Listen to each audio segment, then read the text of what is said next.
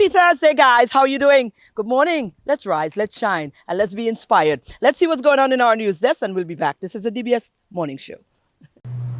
Good morning. As the cruise season kicks off in Castries, concerns over tourist muggings have eased thanks to an increased police presence in the city. Inspector Yon Canchon of the Castries City Police Constabulary reports that strategic patrols and the addition of a mobile police station have played a significant role in enhancing public safety. It has been reduced. The mugging has been reduced due to the presence of the police.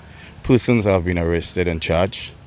So we see a reduction in persons attacking the tourists. Despite the progress, he urges the public to continue collaborating with law enforcement to keep the city safe and secure. Now, Prime Minister Philip J. Pierre is confident that the St. Lucia Labour Party will retain power in the next general elections. Speaking at a town hall meeting in Dennery, he highlighted his administration's achievements, including improvements in healthcare, the economy and crime fighting, while challenging the opposition's criticisms of his administration's performance. And look at the calumny. Look at the lies. Look at the destruction. Look at what they put people through. Look at what they put people's children through. Look at what they put Hillel through. Look at what they did. My sisters and my brothers, you can win elections without doing that. You have to win elections by showing people not what you woulda do, not what you coulda do, not what you shoulda do, but what you did. And in every aspect of life in St. Lucia, the Labour Party has delivered. And we are proud and we are confident that the people of St. Lucia will realize that, and when the time comes, they will return us to government with all 17 seats. The Prime Minister expressed optimism that voters will see through the opposition's political schemes and support his party's efforts for a second term in office. In a groundbreaking initiative, Gentech Analytica has joined forces with Bermuda's Carry Genetics to explore the genetic links to prostate cancer within the St. Lucian population.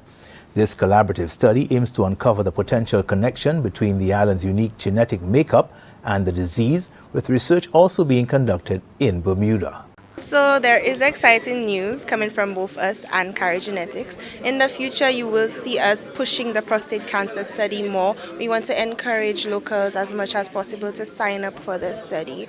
It is going to give us answers based on who we are as a population, and I think it's something that can be very valuable, not just now, but in the long term as well. The study is set to begin on January 27th this year, offering a significant step toward understanding prostate cancer in the region. The Ministry of Health, Wellness and Elderly Affairs has reported significant achievements in 2024 with substantial improvements in key health indicators and infrastructure projects. The ministry also made strides in managing chronic non-communicable diseases, bolstering primary healthcare services by introducing free cervical and prostate cancer screenings, which will expand to include breast cancer screening this year, 2025. Respiratory viruses continue to circulate, especially in the last quarter of the year. We note the drastic reduction in COVID-19 cases from 30 cases per 10,000 in 2023 to 3.4 per 10,000 in 2024. However, we continue to see new variants of COVID-19, influenza A, influenza B, and respiratory syncytial virus.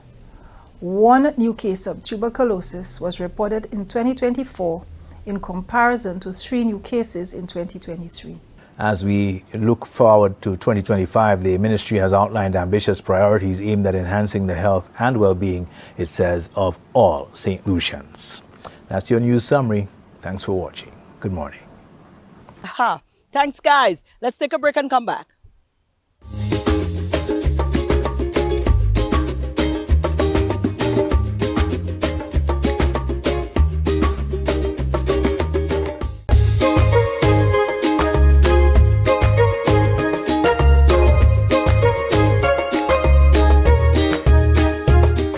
ROTARY International has just unlocked, what do you call it, a new tier in their operation because they have now launched the first ever Caribbean Plus E-Club.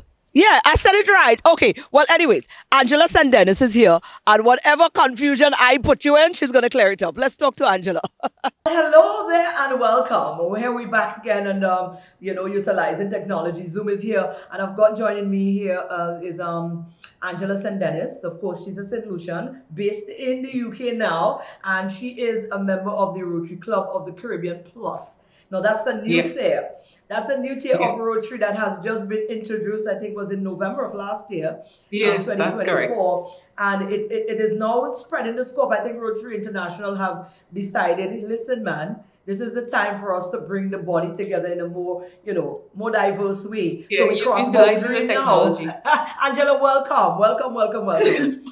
Thank you so much, Maureen, for having us.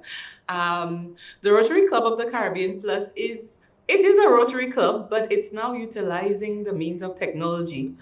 It was chartered in November. Normally, a Rotary Club meets physically in person, and you have to be in that particular locale. But with the Rotary Club of the Caribbean Plus, you can be anywhere in the Caribbean, you can be anywhere in the world. It is an opportunity. As a matter of fact, as you said earlier, it's a milestone for the Caribbean. Specifically in District 7030, and it's the first time they're chartering an international e-club. And we're really excited. There are 34 charter members. Can you believe it? Wow. And those members are made up of St. Lucians, Trinidadians, Barbadians, persons based in Canada. Am I missing? Yeah, the French territory is also included. So there are members from Martinique and Guadeloupe. Oh my goodness. In this iteration. Now, what does that mean?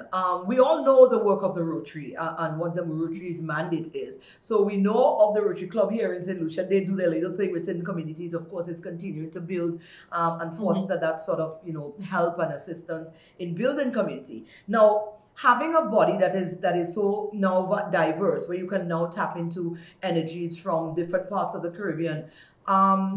In my own little tier, I'm thinking this augurs well because now you're able to tap into resources beyond the border in terms of networking and communication. You have more scope now because you could liaise with somebody from, if we're dealing, let me say we're tackling education, which is one of the main things that you guys tackle. You can now get, you can get data, you can get information from the other regions as well. Go ahead. Yes, you've hit the nail on the head in that now we have the opportunity to tap into the diaspora and to increase the diversity of persons who can be involved in Rotary. Because some of the members of Rotary at the moment are past Rotarians. Perhaps their schedules have become a little too busy. In St. Lucia, not just the Rotary Club of St. Lucia, but there are other Rotary clubs. There's a Rotary Club of Grosile and other areas. So it's now giving them an opportunity to, yes, I can't be in that physical club, but I'm now in the e-club. So I may be in the UK and I can access resources here. Somebody's in Canada can access resources there. And at the same time, we can also mobilize other persons from the Caribbean within our diaspora to build up various we call them networks in those specific areas. And then eventually, as we build, we can probably form our own Rotary Club. Right, well, wonderful. A couple of months into it now, where are we standing right now in terms of fulfilling that mandate? So in terms of from the time we've been chartered, we've been fortunate to execute 3 events so far. We had a fundraiser on the 24th of December. It was a cruise ship lunch and it was very well supported. This is coordinated. I wanted to mention that some of the founding members of this Rotary E-Club is Leighton Khan, who is currently the president of the Rotary E-Club, Conrad Wagner, who's a past district governor, as well as Lal Chase. So the 3 of them were very instrumental in getting this organization off the ground. And I can tell you, it took a couple of years to get it done. But thankfully, they were able to. So persons like myself and other individuals in the US and in the rest of the Caribbean are able to form part of the club. Now, getting back to what we've done so far, we were able to have that fundraising event. It was held on a cruise ship. We were also able to provide financial support to persons in the community in Soufrière. During the Christmas, just before Christmas, we were able to give them resources to help to augment whatever they may have had. I didn't have an opportunity to go there, but from the photos, it looked like the funds they received, the resources they received certainly was welcomed. And I'm sure whatever it was able to add to those individuals' Christmas. However, they were able to feed themselves or their families and so on. Wow. The other thing we were able to do is to partner with the Rotary Club of St. Lucia to assist with feeding persons in Castries on the 2nd of January. This is an annual event, and this year the club was able to we've just started, but it's showing you that we're not replacing any club that exists in St. Lucia, and it's not a St. Lucian club, it's an e-club. And so it's an opportunity for us to partner, and we've been fortunate to be able to partner with the Rotary Club of St. Lucia, and we're hoping that we'll be able to partner with clubs in Barbados, with Trinidad, in Guadeloupe, in Martinique, in the UK, in Canada, in the US, wherever our members are located. Coming up, I wanted to plug in quickly, on the 25th of July, we will be having our charter event. As an e-club, of course, it's going to be an e-event, and we're expecting that it will be a very entertaining one. We'll have some cultural presentations. We'll also be pinning members for the first time who are Rotarians, and we will also be hearing a little bit more about the work we intend to do, what we've done so far, and welcoming new members. Absolutely. Now, just briefly before you leave, I'm sure you're looking to, harness new members as well. If somebody's listening, yes, or looking at this, viewing this, and they'd like to become a member, like you said, it is more flexible. How can one do that? Okay, so there are two ways they can do it. They can visit our website, which is rotarycaribbeanplus.org, or they can send an email to membership@rotarycaribbeanplus.org. Our membership director is Conrad Wagner. So if anyone knows him, they can always do a search, and he's at Calabash Cove. Yeah, just reach out to him, guy. and he will provide all that information. They can reach out to myself. Generally, Rotary is an invitation club, but you make friends with a member, and you can justify why you want to become a member of the Rotary Club of the Caribbean Plus. And we're looking forward to it. Doesn't matter. I think one of the things that we always thought is, you have to have a big business to be member of Rotary, or, you must be connected in some way. Each of us have something that we bring to the table.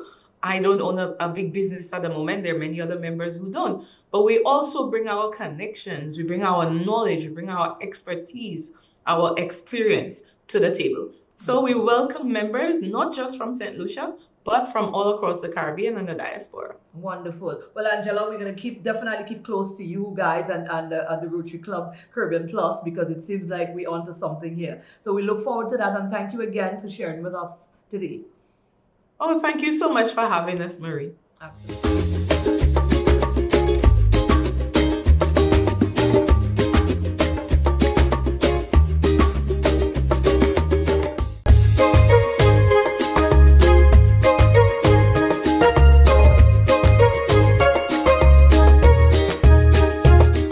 And there's a lot of persons that do good, and there's this purpose. A lot of people are still purpose driven. And there is this foundation, the CALLUM DDA Foundation. And this is a foundation that was erected by a mom who lost her son. And the foundation continues to strive and try to keep afloat. Now, they have an event that is coming up shortly. And we spoke to the founder, that's Owina DDA. We're here with our good friend. Happy New Year, Owina. Same to you, Maureen. Wonderful. Now, Owina Didier, if you guys don't remember her, it's not the first time we have featured her here on the morning show. She's, of course, the founder of the CALLUM Didier Foundation. Correct. And we know the history of that. But certainly, the foundation is still running. It is still trying to make sure that it meets the mandate that it set out to do. We're trying. Absolutely. Yeah. But yeah, it's a trying process, because, running a foundation in these parts is normally It's tiresome, it's difficult, it's hard work, it's a lot. Absolutely, It's a but lot. you're sticking to the purpose because it's purposeful. All right, you've got something that is upcoming, and we want to highlight this. I mean, you've got what's this? It's a health. It's what a is it? health fair. Right. Tell us Yes. about it. So we're turning 5 for our fifth year anniversary. Yes. So we decided to host a health fair in honor of the foundation's 5th year anniversary. But we're also collaborating with Bureau of Health. They're on board with us. Nice. So we'll be hosting free screenings to the general public where we advise them to come out and come and take part of the free screenings for the health purposes. So we have like, say, free screenings for urine testing for diabetes. We have food care services. We have blood sugar testing. We have high blood pressure testing and a few others. So please come down to the Derek Walcott Square from 10 a.m. to 2 p.m. on January 31st. Absolutely. Yeah. Now, speak to the importance of, culminating your 5th year anniversary with a health fair. Make the link for us, because a lot of people are saying, okay, foundation, why did you choose to do a health fair for anniversary? Because normally people do other things for their anniversary. Correct. But again, we remember in the word purpose. So why did you choose a health fair? Well, we chose a health fair because if you really think of what we are about actually advocacy in terms of infant loss for St. Lucia and the region. So we can have a health fair to actually bring everyone together to come and get the screening. So the healthier you are, the more feasible or viable you are in terms of your pregnancies and whatnot. Absolutely. Yeah. And also it's an information sharing platform as well. There it is. There you are. Absolutely. There we are. So where can we follow everything? Well, of course, we know the health fair is going to be on the 31st at the Derek Walcott Square. It starts from 10? Yes, 10 to 2 p.m. Wonderful. We also will be giving to the public entertainment. Yes, so come down. We're giving free lunch to the public, so please come down. Absolutely. Yeah. Now let's go back a little bit, rally back a little bit on the actual foundation. How can persons continue to support? Because some people may not be able to make it for that day, but the foundation is still there. It's operational, and of course, like you said, there's a lot of plans you have, and do you want to do things for the foundation to keep it afloat? Yes, what are some of the things or ways that persons can continue to pour into the foundation? Okay, you can reach me out at the various platforms or at 714-823. Right. Yes. What are some of the assistance that could be necessary at now for that foundation to continue to stay afloat? Normally we give back to the state hospitals or to moms who need support. So we give stuff like Pampers, baby wipes, breast pumps, blankets, onesies, financial support, whatever it is that we can give to moms, then we give back. Right. Yeah. So if persons want to make, these are the kind of things that you could actually contribute towards the CALLUM DDA's foundation. Now, Una, we look forward to the we're definitely gonna get some highlights from that. We're gonna pass by and we're gonna bring you some some actual after this conversation. We're gonna catch some highlight from the actual health fair. So we look forward to doing that as well. But anything you want to leave with the public? Please come down. It's a free screening to the public, so please come down, come and support the event. Absolutely. Yes. Right. So we're looking forward to it. CALLUM DDA Foundation. Guys, you need to check it out. It's a foundation that was birthed on the loss of her beloved son. And of course, she started a foundation in his name to honor, loss of infant. Correct. There you go. Definitely a cause. And some of you might be able to relate as well. So we look forward to you supporting.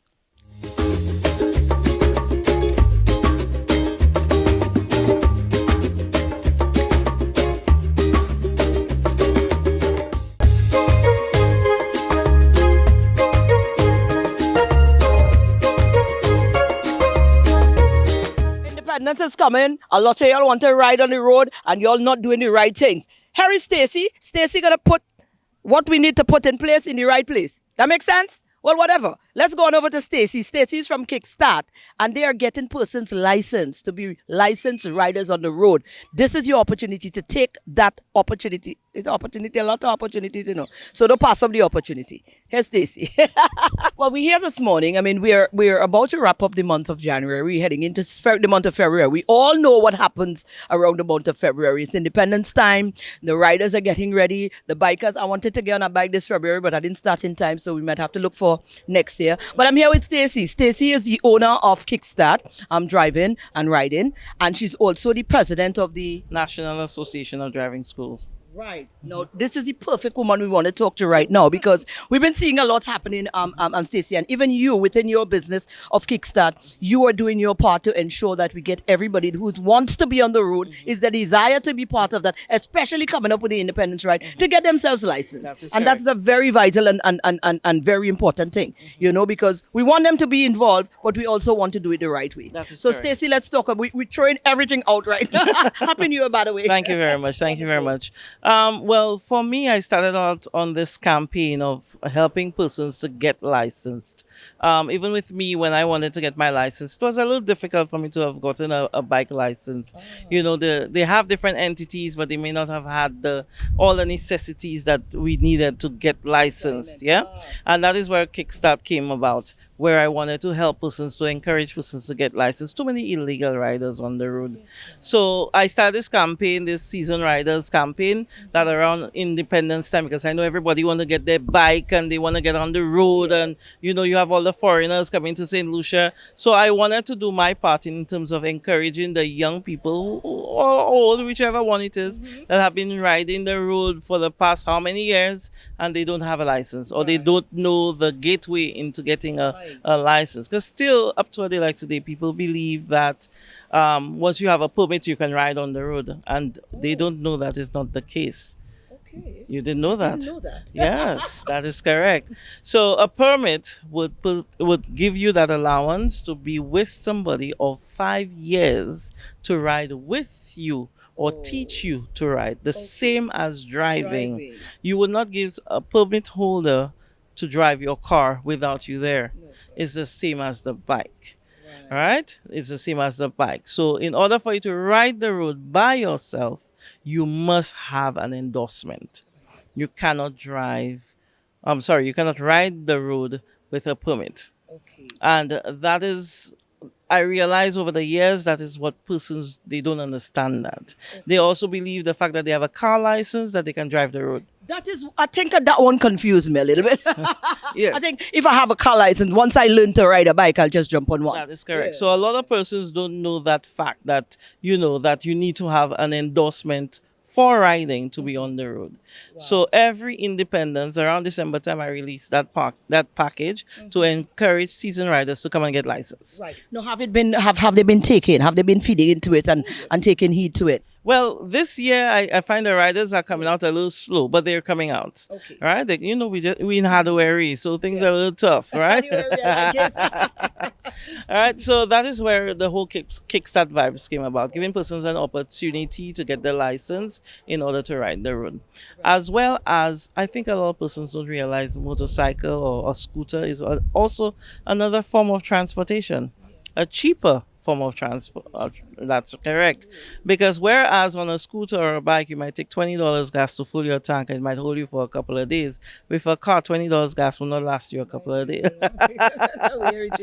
So I'm also on this campaign to let persons know riding a bike is also a mode of transportation. Also, I think, well, now that you think about it, when we look at how the traffic sets up these days, so it might be a welcome. Look at a place like Japan, and this place, they ride scooters all around. So that might be a good option for us as well. Well, you go too far, even right there in Martinique. Yes. Oh, right there in Martinique, you find every driver is a rider, because everybody getting a little scooter for them to move around the place. So this year, that is where I'm going. I'm pushing. Come and get licensed. Come and get an alternative form of transportation, which is riding. Not only a sport, it's also a mode of transportation. Absolutely. And a convenience as well. Now, what is the cutoff point for getting licensed for the independence ride? Well, our cutoff, that is if the person is a rider, would be at the end of this month. Okay, so they must be a rider.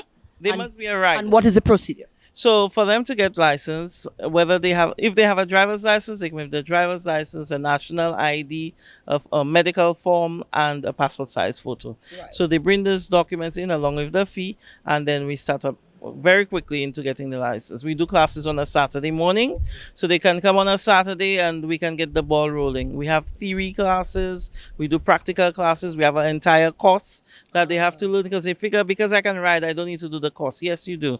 Because there are certain things that we can teach you on the course that you may not know. You know, a lot of persons learn the give gas and go kind of a way, but we take it from scratch and bring you up so that you understand the necessities For example, there's the simple fact of looking over the shoulder before you ride off. Is one I see a lot of riders when they come, they don't do. It's just pick up the bike and go. And that explains why we have a lot of accidents, because persons don't look over their shoulder. They don't do what we call that lifesaver's glance before they move, before they switch lanes. Yeah. And these are the things that you're going to learn on the course. Wonderful. Mm-hmm. No, I think this is a very, very great initiative and one definitely supportive. Guys, come and get. When can I start? When you're ready, I'm waiting for you. I can't write. No, I want to make sure we record it too, huh? No, no, we can do that. We can do that. I'm serious, yeah? Yes. All right, good. All right. Next time we also, maybe not this independence, but next independence, certainly. I go be your Stacey. I'll hold you to that. No, I come in. Me and the whole family come in. Thank you, Stacey, and You're all welcome. the best. You're all right, welcome. guys, come get licensed. And that's it. We come to the end and a wrap on our Thursday show. I hope you enjoyed it. And, I hope it gets you thinking a little bit because these are some positive ones. This is a start to a brand new year. We had to do some positive things. I mean, we don't formally fool every once and again. We kick off a little now and again, but this is also a platform to drive home the positive things that we'd like to see around us. Get yourself licensed, support the CALLUM DDA Foundation, and of course, there's also opportunity for you to join the E Plus, the Caribbean Plus E Club for the Rotary. That is also doing some good. So have a wonderful, wonderful Thursday. And if you ain't get to do none of them, today you could be good and do good too as well. Just go down the road when you're passing, say hi, be kind, be nice. If you have a little extra money and you can buy somebody a little water, do it. Just do something kind today. Have a nice Thursday. Let's do it again tomorrow.